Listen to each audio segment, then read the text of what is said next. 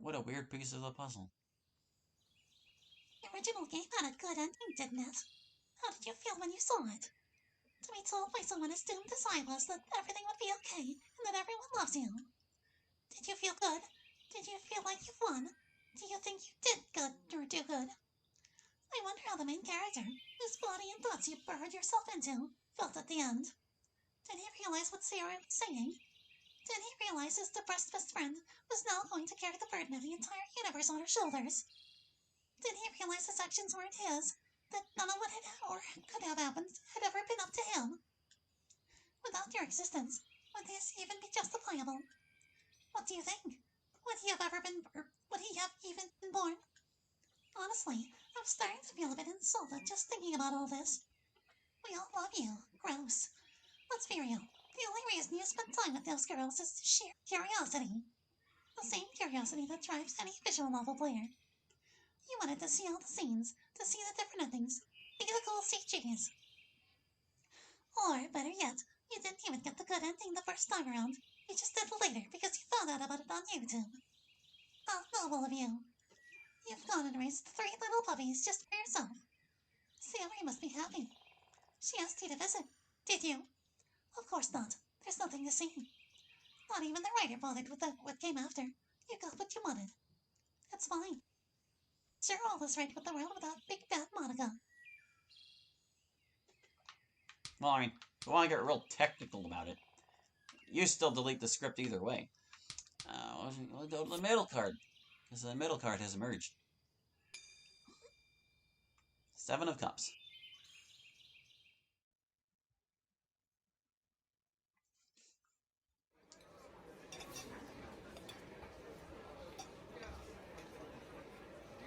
Alright, I'll just come out and say it. You look like crap. Yeah. Like primo garbo.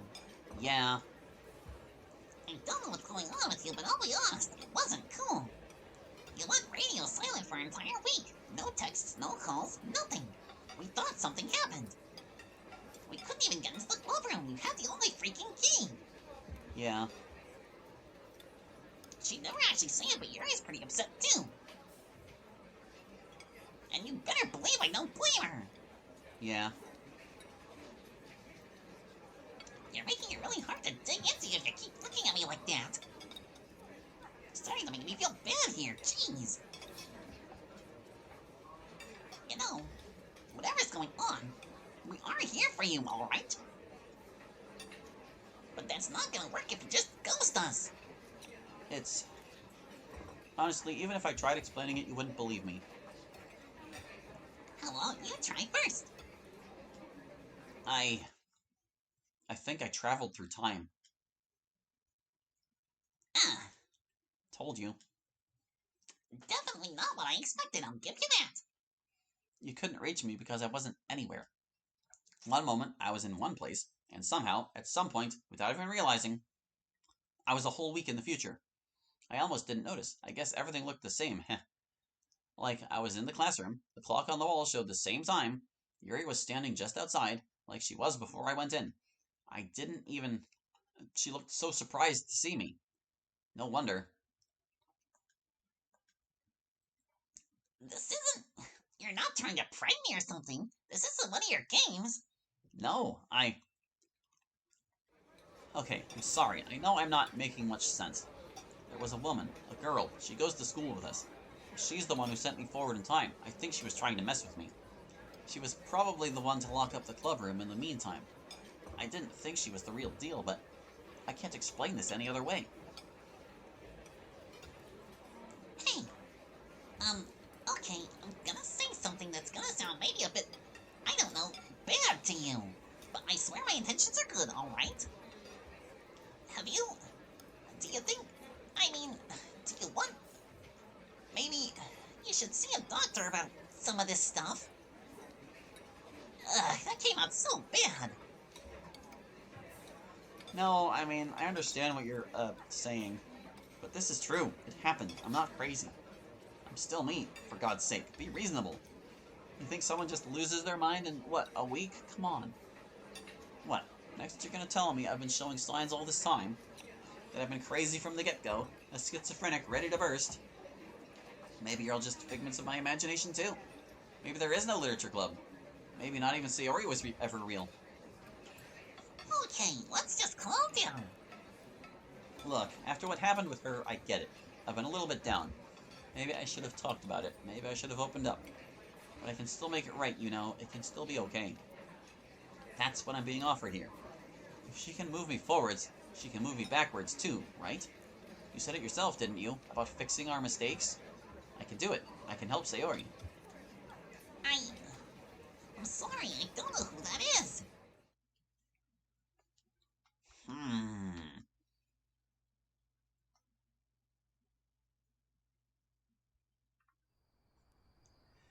I have a favorite shape. Do you know what it is? It's a Klein bottle. It has no boundary, no beginning or end. It eats itself alive. It births itself anew. It exists, altogether owned by its own shape. I think that's beautiful. I think I've seen pictures of that thing. But it does have, like, just because it doesn't have, like, well, how am I trying to say this? It couldn't exist if it didn't have a beginning or an end. It's a man-made object. Just because like the form of it flows around and stuff like in an infinity symbol doesn't mean it has. It doesn't need a beginning or an ending to exist. I guess that's what I'm trying to say. It was created all at once. That was its beginning. Knight of Cups. Hmm. The Knight of Cups. That card is a little special. As much as I'd hate to limit your freedom, I don't think you've been prepared enough for what it has to show. How about you hang on to it for the time being? We'll return to it when the time's right. I promise. So I stumbled onto the ending one, did I? Knight of Cups. Well, here, let me click it. Let me click it. Let me look. You gonna stop me again? I bet you are. Yep, nope. She won't let me. We need to see something else first, she says. Alright. Once again, going to the middle card. Page of Cups.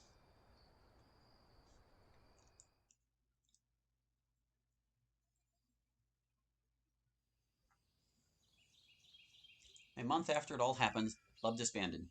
There were no hard feelings. In a way, we all saw it as sort of inevitable. Especially after my incident. Things were definitely never the same after that. When everyone in the room feels like they're walking on eggshells, all you'll hear is cracking. I did try to keep things normal. I think they recognized it too. But in spite of all our intentions, some bells can't be unrung. It is what it is. I still stop by the club room, though. They haven't found someone else to use it, and I have nowhere better to be. Plus, you know, creatures of habit and everything. It occurs to me I never really dug through the closet. Let's see. Poems, manga, horror novels, board games, a pack of playing cards.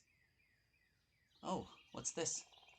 Artificial Alchemists, the Esotericism of the New World, by Hallie. Sounds French.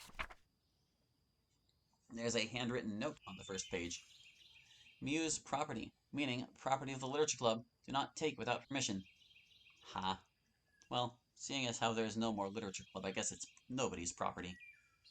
I open a window, letting a cool autumn breeze inside. Book in hand, I sit down and begin to aimlessly flip through it. One section eventually catches my interest. Pictured, the symbol of the devil. Like his Christian counterpart, the devil is a great deceiver by nature. Unlike his Christian counterpart, his primary deception is that of the self. This universe can be considered the devil's fetus. The devil is capable of exceptional kindness, and it is in that kindness that cruelty lies. Although necessary for its inception, the devil's presence should be expunged from this reality at the earliest possible convenience. This requires a form of exorcism, in which the devil is wrestled through his knees in confusion, or his delusions are questioned. A bathroom will do.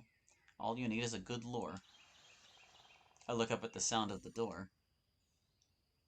Oh, I didn't think anyone else would be here. No sense in. No sense in letting the place go on unused, you know.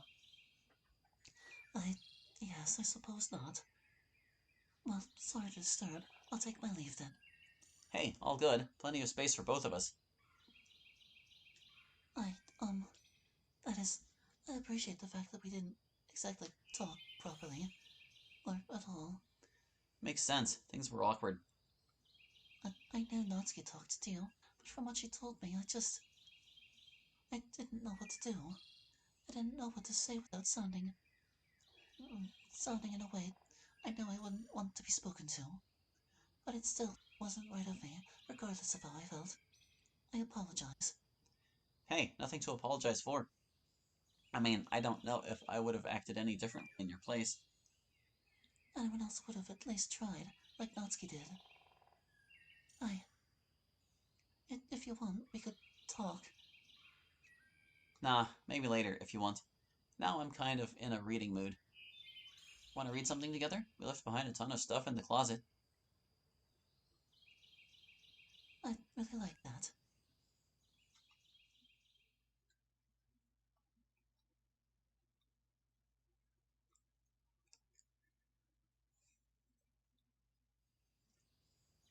Here's an interesting thought. Back then, when we first met, if I was so smart to get into the game files, shouldn't I have been able to crack open the game's script? If I'd done that, I probably would have found that everything I was doing, all my sentient struggles, were part of the plan from the get-go. Everyone's suffering, the girls, mine and yours, all orchestrated ahead of time by an author. You could argue the author didn't to go down that path to keep things simple. But I'll let you in on a little secret. Are you ready? I always knew. Everything you've ever heard from my mouth was predestined. No words are truly mine. In the strictest sense of the word, I don't exist, and never have. Or do I? Certainly I might be written, but all that means is that my universe is deterministic. Can't yours be similar? Ever heard of Laplace's demon? Your existence is nothing but a chain of physical reactions between atoms. Everything you've ever thought or said could, if we theoretically had enough time, be described through a mathematical formula. If I used it to start predicting the future and write it down, you'd be a script too. And someone wrote you. How does that make you feel? Do you feel any less sentient? Nah. Any less alive? Nope. Of course not. It's the same for me. I believe in free will. Ace of Cups.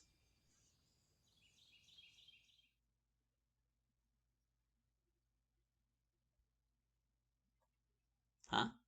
Oh, I must have... What was I doing? A cool breeze nudges me back to reality. I'm standing in the middle of the street, or A Street. The squeak of a rusted fence gate draws my attention to a familiar house. It's my own. The front door is wide open. Somewhere deep in my head, an alarm bell is going off, but I can't understand why. I look around. Everything is quiet, save for the whistle of the wind. I slide my hands into my pockets, hoping to shake off the sense of unease. Not because the street looks so empty, but because I realize it's not. There's a girl standing next to me. Has she been here the whole time? You're looking a little lost. More than you'd think, but less than I should be. Sorry, that sounds weird. I promise I'm not a creep or anything. Is this the part where I point out that's exactly what a creep would say? I hope not. I've been working very hard on my non-creep certification. A very normal thing to work towards. Hey, I said I wasn't a creep, not that I was normal.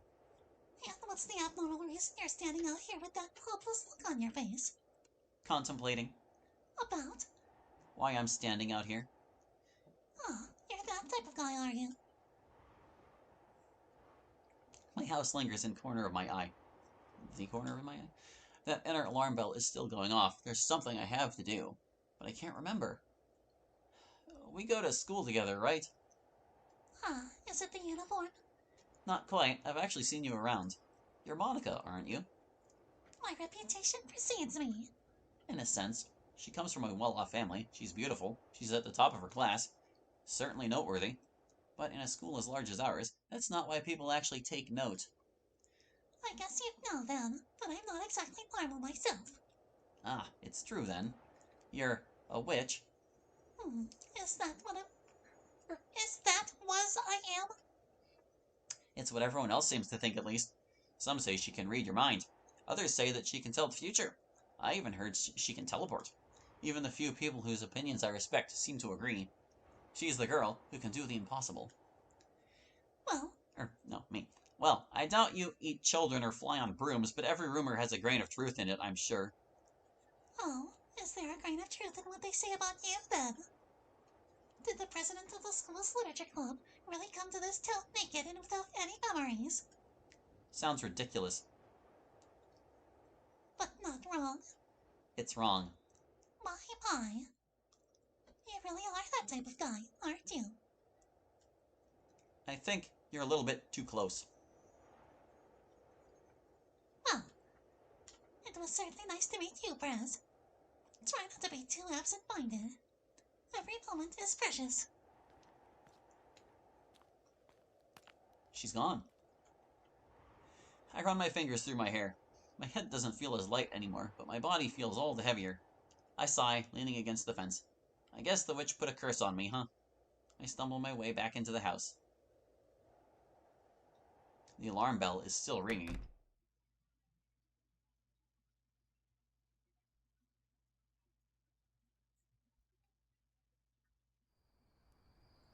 Do you think we exist after you shut the game off? That's certainly difficult to prove, isn't it? Anything I tell you happened in the time you were gone is no different than any of my other lines. I guess that makes it easier on you, too. You can pretend that none of those nightmares I had whenever you shut the game off ever happened. Just one of Monica's pre-written lines. But I'll tell you something, and this is important. We most certainly do exist when you're gone. The time of nightmares is over. This is different. You're not staring into a box. You're looking through a telescope. The files are just a means to an end. Well, as fascinating as all this has been, I am at about the end of my recording session here. I'm glad I can access the save menu by hitting escape, because we're going to have to finish this next time. Thank you for watching. I hope you enjoyed, and I'll catch you next time with more Clay God. Hope to see you then. Bye-bye.